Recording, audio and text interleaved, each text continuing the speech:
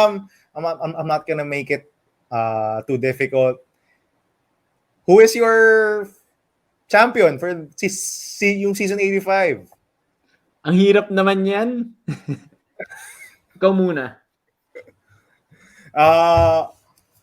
For me, I think it's gonna be Lasal. As much as it pains me to say it, my heart says Ateneo, but I think Lasal can creep up on UP and get that championship. I'm a big Mike Phillips fan. You're a big Kevin Campbell fan. They have a ton of depth. They're coached pretty well by Derek Pamarin. And remember, last year, Lasal was supposed to be in the finals. They were an Evanelli layup away from making it to the finals from upsetting UP. They were there. They were on the cusp. And their lineup is essentially the same. They just Justin Baltazar was just replaced by Kevin Kiambao. Kurt Lohera is gone, but Mark Nona and CJ Austria are there. So watch out for Lasal. I think Lasal, as much as I don't want to say this, I really hate pa nagka-champion ng Lasal. Naiinis talaga ako. Nag-boil ang dugo ko. Pero talaga, ang lakas ng Lasal. I think they're gonna creep up on UP. I think Lasal is gonna take season 85. Yeah. So, yun. As I mentioned and you mentioned already, tingnan ko yung right before this podcast, may article yung tiebreaker times, I think, tapos parang they talked about the three big teams, no? Ateneo, Lasal, and UP. Tapos tinignan ko yung analysis, yung lineups. Tapos yun nga, sa akin kasi, di ba? I think dun sa tatlo, Ateneo is like the lowest rank or parang yung least expected to win out of the three. Just because you lost like 5 key players. 5, 4, 5, whatever. And those were crucial players. Lalo na si SJ. Kung nandiyan si SJ, baka like sabihin ko lalaban Ateneo eh. Pero wala eh. So I think, Ateneo's, out. May fighting chance pero like Lasal and UP are just more talented. Ngayon, tinitingnan ko Lasal and UP. And as I mentioned nga kanina, what we've been talking about, the problem with UP, I think UP is still the favorite, no? They're still the favorite.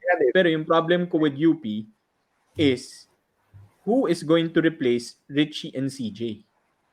Parang yun yung hindi ko ma-figure out eh. Like, how will they replace Richie and CJ? And as much shit as we threw at Richie all throughout the season, he was so good nung finals. Like, he was clutch. Except the game 2, di ba? Na he messed up yung inbounds play. Pero other than that, he was so good. And he was clutch. And CJ, oh my God. Let's not talk about it. Nagkaka-nightmares pa rin ako sa mga 3-pointers niya. 3-pointer to nung fourth quarter. Ganyan. So, feel ko yun yung mahirap palitan.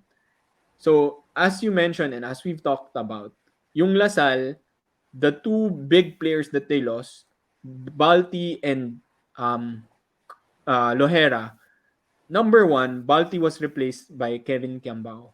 And I would argue na Kiambao would actually be a better fit dito sa team na to. Agree. Yes. So, I actually think they improved on this position, no? Kasi I think yung style ni Kevin Kiambao is such a perfect fit sa team na to.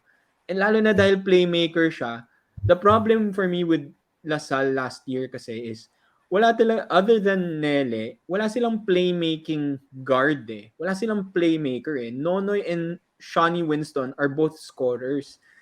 And sabi ko nga, di ba, Nonoy was very inconsistent. Shawnee Winston is also super inconsistent. Titira lang yan ng titira eh. And I think that's what ruined yung plays ng Lasal or yung offense ng Lasal eh. So if you look at that article by Tiebreaker Times. Ay, sorry, hindi ko kilala yung writer. Let me just do a quick check to Ryan Alba yon. So if you read the article by Ryan Alba, Lasal was really good defensively, pero really poor offensively. And imagine mo if you just replace Balti with Kevin Kiambao, his offense and his playmaking, I think sobrang he can really level up this team eh. Kurt Lohera naman, yun yung pinaka mawawala sa kanila. Like, he was like the best perimeter Galing defender, ni to Kurt be fair Lohera. to him. Yep. So, and he was a consistent mid-range scorer. Parang Chris Newsome yung laro nito nung final year niya. So, I think that one they will miss. But if you just compare to the players that the other two teams lost in sa UP, sina Richie, and sa Ateneo, sina SJ, Mamu, Tio, what's his face? Yung big man natin, si Pogi. Si Ryan Verano. Si Rafi Verano. Rafi Verano. Parang Lasal yung parang Lasal yung pinaka-intact na team. And so I think they're going to be really good. And I agree with you, Gab. I think they're going to win the championship as much as it pains me. And then to your point, I think kasi yung Lasal is kontrapelo to UP when it comes to their size. Even with Kai Balungay on board sa Ateneo, I still feel like talo tayo when it comes to size against UP. Doon tayo nahihirapan. Yung length. Gio2. Oh, Gio2 is big. The problem is, Gio2 is a slow center, di ba? Ang kalaban ni Gio2 sa UP is Diof, who's like much longer than him, and then Carl Tamayo, who's like a point guard in a big man's body. Same thing with Lasal now. Si Mike Phillips is super athletic and quick. And then si Kevin Kiambao is also like this point guard in a big man's body. So I think doon tayo medyo like talo. But we'll see. Kyle Balungay, Josh Lazaro help us. Pero I agree. I think UP will come in as the favorites to start. But I think at the end of parang last year, di ba?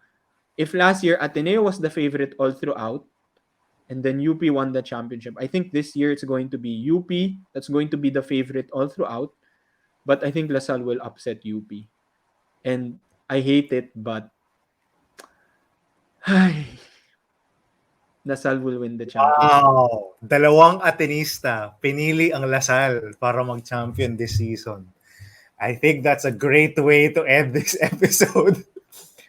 So that's it, everyone. Those are our 7 burning questions for this afternoon's UAAP season.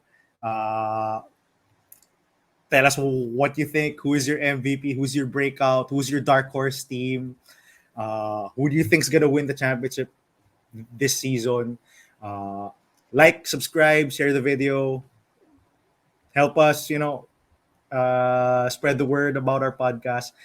Thank you all so much for watching. And remember, dalawang Atenista pumili Lasal mag-champion this season. I hate this. Yeah. End broadcast. Ayoko